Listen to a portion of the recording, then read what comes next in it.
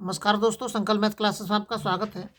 हम कर रहे हैं अभ्यास प्रश्न भाग 48 और इसका ये पहला सवाल है।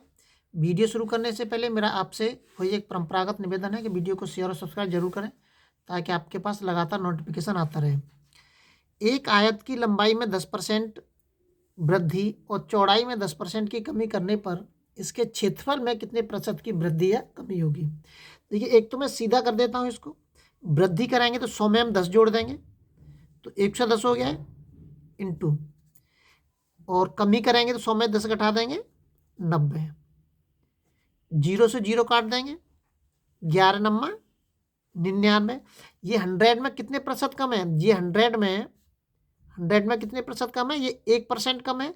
तो इसका मतलब 1% की क्या हो रही है, इसको हानि हो रही है। ये आपका सवाल हल हो गया। ऐसे आप सवाल को हल कर सकते हैं। अगर हम दूसरे तरीके से करना चाहें तो ऐसे भी कर सकते हैं इसको कि 10% की वृद्धि और 10% की कमी है तो कमी को हम माइनस में दिखा देंगे, प्लस 10 इंटू के माइनस के 10, इस वाले सूत्र को सभी जानते होंगे, और बट्टे 100। -10 से प्लस के 10 कट जाएगा, दोनों जीरो से कट जाएंगे, कितना निकल के आ जाएगा माइनस के 1। माइनस का मतलब क्या होगा, ये हानि हो रही है। इसका मतलब 1% की क्या हो रही है, उसको हानि हो रही है, क्योंकि वस्तु हमारी किस में आ रही है, संख्या किस में आ रही है, माइनस में आ रही है। अगला सवाल देखते हैं। अगला सवाल दे रखा है, चाय के मूल्य में 10% की कमी होने के कारण 270 रुपये खर्च करने पर पहले से 250 ग्राम चाय अधिक आती है। देखिए, 270 रुपये वो पहले भी खर्च कर रहा था जब 10% की कमी नहीं हुई थी। 10% की कमी होने के बाद भी वो 270 रुपये ही खर्च कर रहा है। तो सबसे पहले हम इसको कई तरीके से कर सकते हैं इसको हम, कि सबसे पहले ये निकाल लीजिए कि 1 किलोग्राम चाय कितने रुपए की आएगी। तो देखिए, ये दे रखा है 250 ग्राम, ग्राम को मैं किलोग्राम में कन्वर्ट कर देता हूँ। काट दीजिए इसको, 25 से 25, 25 चौका 100, ये हो जाएगा 1/4। तो 1/4 किलोग्राम जो चाय है हमारी, वो कितने की आ रही है, 270 रुपये। ये मैंने माना है। टोटल चाय हमारी मान लीजिए 4 किलोग्राम है, और 4 में से 1 किलोग्राम, इस तरीके से मानते हैं। इसका इसमें गुणा कर दूंगा मैं, तो 1 बचेगा केवल यहाँ पे 1 किलोग्राम। 4 का इसमें गुणा कर दीजिए, 4 सत्ते 28, और 4 दूनी 8, 9 10। 1 किलोग्राम जो चाय है वो 108 रुपये की आएगी। जो कोई भी चाय हमें कम या ज़्यादा जो प्राप्त होती है वस्तु, उस वस्तु के बराबर में आपको क्या लिखना है, जो पैसे वो खर्च कर रहा है वो वाले पैसे। मैंने वही कर दिया है, बराबर में लिख दिया है। 1 किलोग्राम चाय 1080 रुपये की आ रही है। इस तरीके से अगर हम सवाल को हल करते हैं तो इसमें सबसे पहले हमको नई चाय नया भाव प्राप्त होता है, वर्तमान का भाव प्राप्त होता है, जो नया भाव है,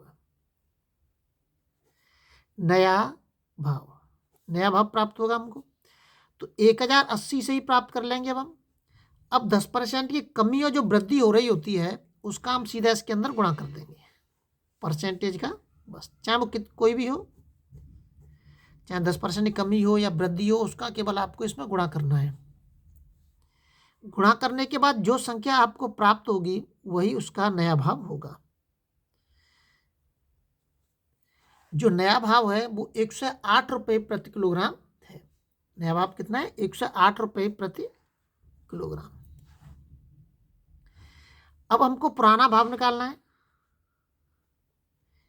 जब तक हम नया भाव नहीं निकालेंगे आप पुराना भाव नहीं निकाल सकते हैं।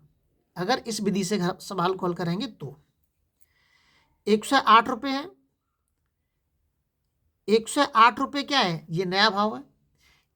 इस 108 रुपये में जो कमी दे रखी है 10% की कमी, 10% की कमी का मतलब हो गया, मैं 100 में से अगर 10% घटाऊंगा तो कितना बचेगा मुझे, 90 बचेगा। 90 हो गया। 90% बट्टे 100 आएगा, उसका ऊपर गुणा हो जाएगा यहाँ पे, जीरो से जीरो कट गया, 12 नंबर 108, कितना आ जाएगा 120। तो ये पुराना भाव आ गया आपको। लेकिन इसमें और भी तरीके हैं जिनसे हम सवाल को हल कर सकते हैं। अगर आपके इस तरीके से समझ में ना आए तो और भी वीडियो पड़ी हुई हैं इससे संबंधित, आप उनमें देख सकते हैं। अगला सवाल देखते हैं। अगला जो सवाल दे रखा है, एक परीक्षा में एक छात्र को उत्तीर्ण होने के लिए 36% अंक प्राप्त करने होंगे। उत्तीर्ण होने के लिए हर कोई जो अंक होता है वो अपने आप में 100% होता है, अपने आप में 100% होता है। तो उस 100% में से एक बच्चे को पास होने के लिए 36% अंक प्राप्त करने ही होंगे। अब आगे कह रहा है कोई 190 अंक प्राप्त करने वाला कोई छात्र है जिसने कितने अंक प्राप्त करें, 190 अंक प्राप्त करने वाला एक छात्र 35 अंकों से अनुत्तीर्ण हो गया, मतलब फेल हो गया। उस परीक्षा में कुल कितने अंक थे, 190 अंक प्राप्त करें उसने। अगर वो 190 की जगह इसमें 35 और जोड़ दूं मैं, 190 में अगर मैं 35 जोड़ दूं कितने हो जाएंगे, 225 हो जाएंगे। तो इसका मतलब 225 अंक जो है वो कितने के बराबर है, 36% के बराबर है। कितने के बराबर है, 36% के। तो ये जो 36% मान लीजिए कि हम इसको माना करके लिख सकते हैं या 100 करके सीधा कर सकते हैं। माना कुल अंक कितने हमारे x है, तो कुल अंकों का कितना 36%। कुल अंकों का कितने प्राप्त करने हैं, उसको 36% प्राप्त करने हैं।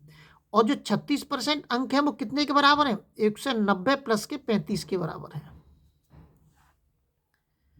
अब इसको जोड़ दीजिए इसके अंदर, x इंटू के 36%,